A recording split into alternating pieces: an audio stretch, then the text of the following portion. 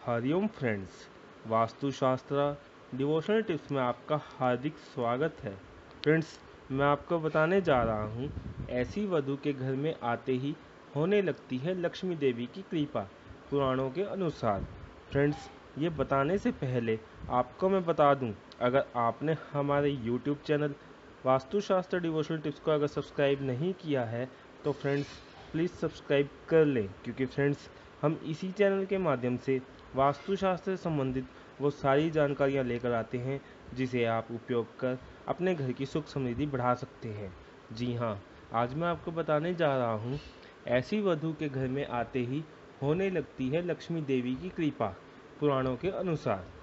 यह कहना गलत नहीं होगा कि शादी के लिए वधू चुनने के जो मानक पहले थे, आज वो पूरी तरह से बदल गए हैं। आज के इस अत्याधुनिक युग में सभी की सोच बदल गई ही है, उनके सोचने समझने का तरीका भी बदल गया है।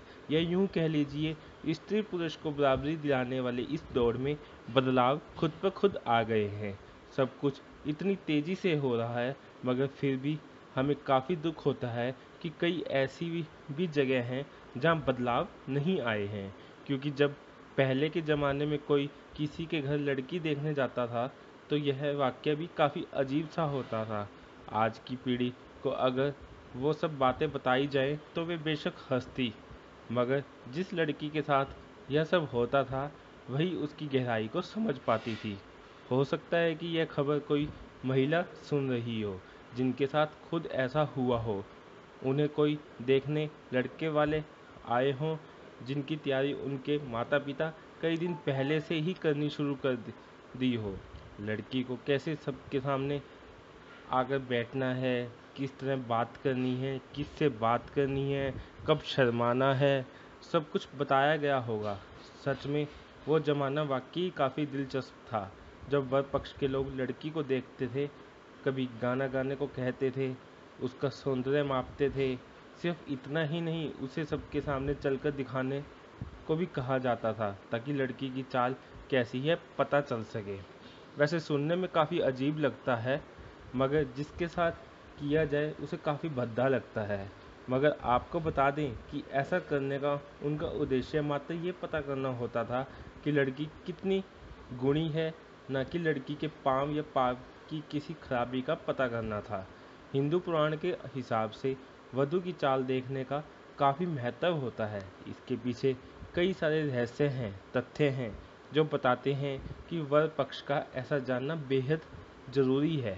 लड़की के चलने की गति, उसके चलने का तरीका, खुद को किस प्रकार संभल कर चलती है या फिर एकदम बेपरवाह होकर चलती है, तमाम बातों से वधू के गुणों का अनुमान लगाया लिया जाता था।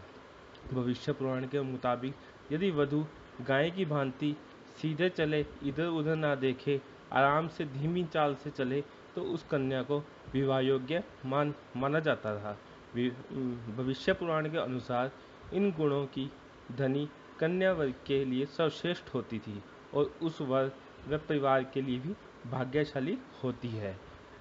जिस स्त्री की चाल हंस और मदमस्त हाथी की भांति होती है वह उत्तम होती है। ऐसे स्त्री घर परिवार में सभी में खुशियाँ बांटती हैं। जिस भी घर में ऐसी वधू के पांव पड़ते हैं उस घर में लक्ष्मी का निवास रहता है। जमीन पर पांव पटकना, बेपरवाही व हड़बड़ी में चलने वाली स्त्रियां घर और ससुराल दोनों के लिए दुखदायी होती हैं। उन्हें किसी के सुख और दुख में कोई फर्क नहीं पड़ता है। ये बेहद लापरवाह किस्म की होती हैं। विवाह के लिए सर्वोत्तम वधू वही है जो खुद से पहले दूसरों के बारे में सोचे, जिसमें करुणा हो, दया हो, प्रेम हो, सेवा भावना हो, मगर जो खुद के अलावा और किसी के बारे में न सोचे बल्कि खुद की वजह से दूसरों को भी कष्ट दे, वह वधू विवाह योग्य नहीं है। जो स्त्री रुक रुक कर चले, बार बार चलते चलते कुछ सोचने लगे, ऐसी स्त्री को श्रेष्ठ नहीं माना गया है।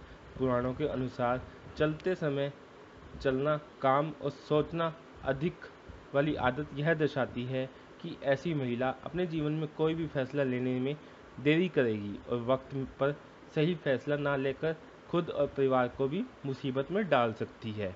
कुछ ऐसी भी महिलाएं होती हैं जो एड़ियां उठाकर चलती हैं। पुराणों में माना गया है कि ऐसी महिलाएं अहंकारी होती हैं तथा इनके जीवन में सुख कम होता है। इन्हें अपने सिवाय आसपास के किसी भी चीज़ की चिंता नहीं होती है। लोग सोचते होंगे कि जिस स्त्री की चाल हिरणी जैसी आकर्षक होती है वह बेहद खूबसूरत व गुणी होती होगी, मगर भविष्य पुराण में बताया गया है इस प्रकार की महिलाएं जितनी आज़ाद दिखती हैं उतनी स्वतंत्र रह नहीं पाती।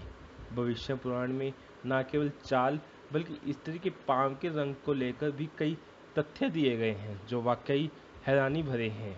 इन तथ्यों के हिसाब से स्त्री के पाँव के रंग को देखकर बताया गया है कि वह स्त्री शादी के बाद कितनी धनी होगी। यदि उसके पाँव कोमल व गुलाबी रंग के हों तो वह किसी महारानी की भांति जीवन व्यतीत करेगी। ऐसी स्त्रियां न केवल अपने ससुराल के लिए बल्कि अपने घर वालों के लिए भी काफ़ी भाग्यशाली होती हैं। लेकिन वह स्त्रियां जिनके पैर की उंगलियां छोटी और फैली हुई होती हैं वह महिलाएं जीवन भर आर्थिक समस्या जूझती रहती हैं। उनका यह दुर्भाग्य विवाह के उपरांत भी उनका साथ नहीं छोड़ता, अक्सर वह पक्ष पर भी भारी पड़ता है। फ्रेंड्स, आपको ये वीडियो पसंद आया हो तो लाइक और शेयर करना ना भूलें। साथ ही साथ हमारे यूट्यूब चैनल वास्तुशास्त्र डिवोशनल टिप्स को सब्सक्राइब करना ना भूलें, क्योंकि हम इसी चैनल के माध्यम से वास्तुशास्त्र से संबंधित वो सारी जानकारियाँ लेकर आते हैं जिसे आप उपयोग कर अपने घर की सुख समृद्धि बढ़ा सकते हैं। तो भगवान आपकी सारी मनोकामनाएं पूरी करें। धन्यवाद।